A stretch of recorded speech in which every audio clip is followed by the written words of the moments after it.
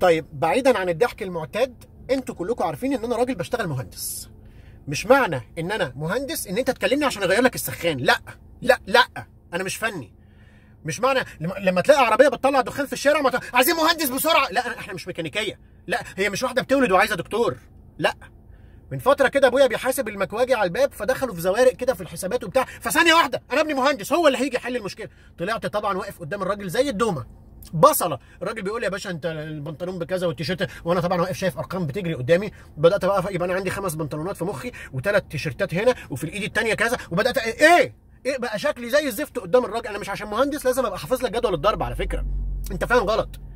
جدتي ربنا يديلها الصحه من كام يوم، خد يا وليد والنبي الضم لي الفتله في الابره.